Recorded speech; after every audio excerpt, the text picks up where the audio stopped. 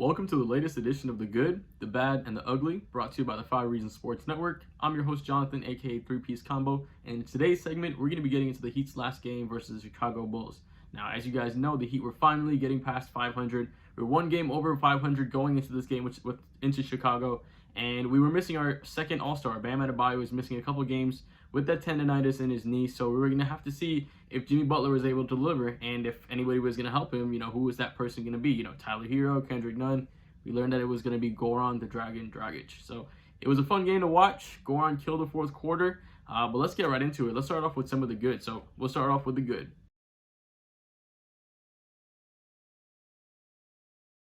So starting off with the good, I would be remiss if we didn't start off by talking about Jimmy Butler, right? Jimmy Butler he came out really aggressive. He had a couple steals in the first quarter. He had a couple of deflected passes that could have been steals but ended up going out of bounds. But Jimmy was just making his imprint all over the game. He was getting and ones, ended up with 28 points, 9 of 17 from the field, so shooting way above 50%, 10 of 12 from the free throw line. So converting when he's getting that contact, and he's shown all year long that he's able to draw that contact, slow down the game for the Heat, and get everything going. So when he's on the floor, everything looks flawless for the Heat, even when we didn't have Bam Adebayo. So it was good to see.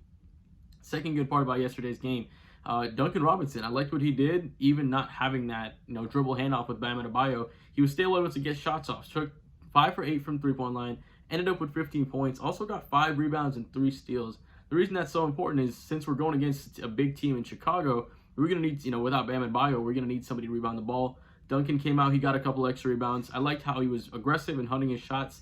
And if we can get this Duncan Robinson every single game, I'd be really happy. So it's going to be interesting to see if you can follow up this good game with another one and start pairing these games together. Last guy I want to talk about for the good, surprise, we're going to save the ugly for Goran Dragic because that was just a phenomenal. It was ugly what he did to Chicago Bulls. That should be illegal. So before we get into Goran, we're going to get into one guy who hasn't really done well all season long. We've kind of expected a lot out of him, being what we gave up for him, but he's not really delivered. KZ Okpala, right? KZ Okpala came in, didn't have the most impactful game as far as numbers go, 4 points, 5 rebounds, but I liked what he did defensively. He was trying to protect the rim. I liked he was trying to, being the help defender to come down and chase down and get that block sometimes. He was trying to do that. He ended up getting a block or two last game. So I liked what I saw from KZ. I feel like this is a game that helped him become a little more comfortable, at least on the offensive end, and he's becoming a more dynamic defender, right? He's had a problem where he would foul a lot, but if he's able to contain that, become a little more controlled, understand the NBA style of game, and use his body in the right way, I feel like he can be a really, really good defender, especially just being so young, as young as he is. He can be somebody that'll develop and grow into his body. Speaking about that defense, overall, I loved what we did defensively. 16 turnovers and caused Chicago to shoot 37% from the field. So a lot of good things from what happened. Obviously, we do have a little bit more to talk about as far as good with Goran Dragic, but we're going to get into that with the ugly. Before we get into the ugly, let's get into some of the bad from yesterday's game.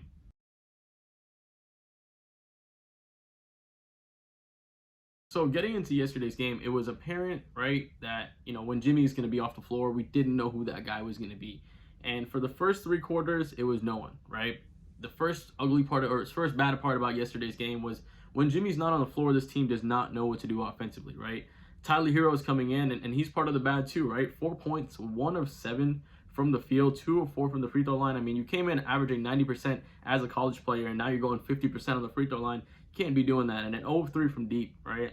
And on top of that, only just 1 assist. So it's not like he's impacting games like other ways, maybe like a Kendrick Nunn's doing. Who would have thought that we were going to compare Tyler Herro to Kendrick Nunn and try to let him become more like Kendrick Nunn? But Herro is just not the player that he was, right? He's starting to think too much. He's hesitating a lot. He's passing when he shouldn't. He's shooting when he shouldn't. So he's just not making the right decisions a lot of time. And I would like to see him grow a little bit more. Of course, he's still young, still a second-year player. But for a guy that we didn't want to give up for James Harden, you're going to have to produce a little bit more. So Tyler Herro is going to need to step it up. And also, I wanted to get a little bit into Precious Achiuwa. And I watched his minutes closely last night.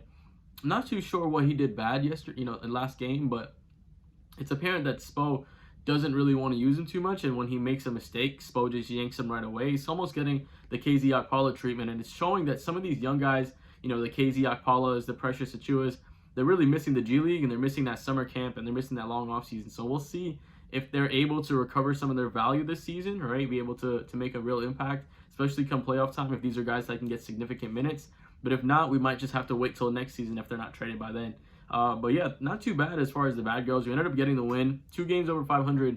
But let's get into the Dragon. Let's get into the ugly, ugly way that he played and destroyed the Chicago Bulls and took us home to get that victory yesterday. So let's get into that ugly.